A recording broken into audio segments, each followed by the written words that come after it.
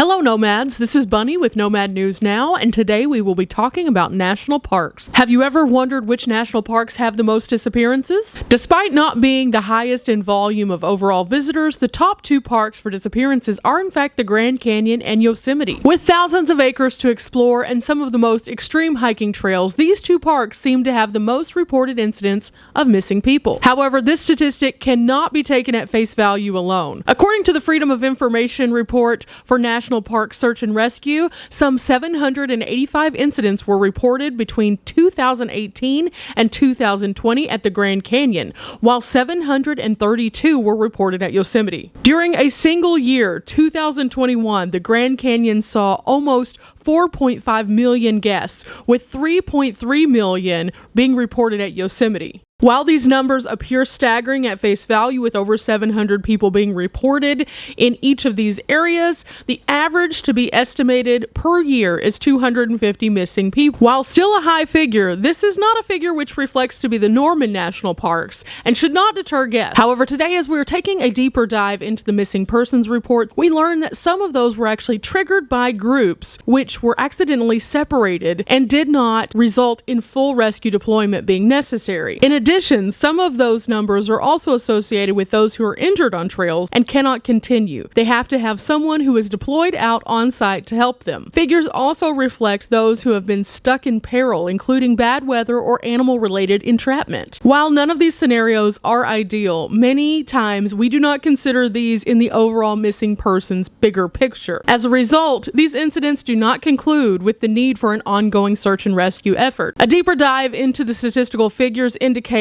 there have been only 29 open cold cases from 1958 to 2021, with these two parks making up over half of these, 11 at Yosemite and 5 at Grand Canyon. Statistically, this indicates that one person every 5 years is added to this list. There are several reports and variables which mention that this could be an underestimation based on the overall reporting factor. In many cases, when someone disappears, they may not have a group to indicate that they are in fact missing, or a family member that is aware of their last known location. Solo travelers are at more risk of going unreported and thus are not reflected as heavily in these figures for actual missing people. In addition, in 40 of the 50 states, reporting is not mandatory for missing persons. This, accompanied with the fact that not all incidents are heavily investigated, can indicate that some numbers could be slightly skewed in some areas based on the resources and assumption of intent. Recent reports indicate that enforcement officers have a criteria for assessing the need for a search. There is little that enforcement can do if an adult willfully disappears or seeks disappearance as a way to end their lives